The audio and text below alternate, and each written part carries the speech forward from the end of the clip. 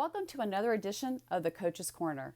I'm Lynn Leggett, founder and CEO of Victory Dental Management, and I have a new thing I want to do with my listeners now.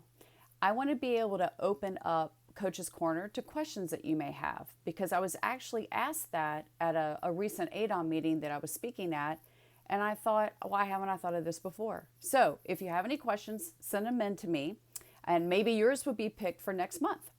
But what I wanted to discuss is a question that was asked me point blank, and this individual, this office manager said, I hear all this stuff about culture. What is so important about having a culture in your practice? And I may define it differently than most people, so let me explain that in more detail. I look at culture in any business as determining what is acceptable and what is unacceptable. So really it sets boundaries for you in your practice. Let's take, for an example, patient care. What is the expectation, or what should be the expectation, for a patient that will come to your office? How should the team members treat the patient, no matter what their role and responsibility is in the practice?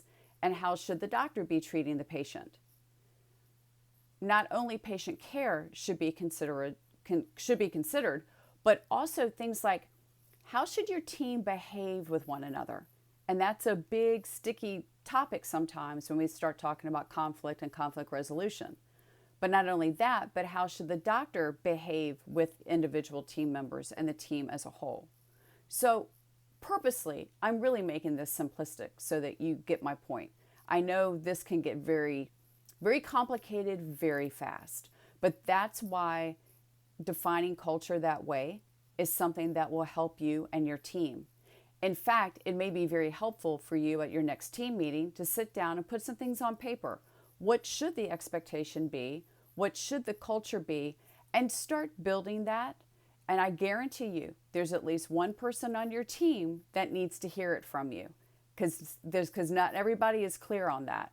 So send in your questions for me, and maybe I'll pick yours for next month's Coach's Corner. Until then, see ya.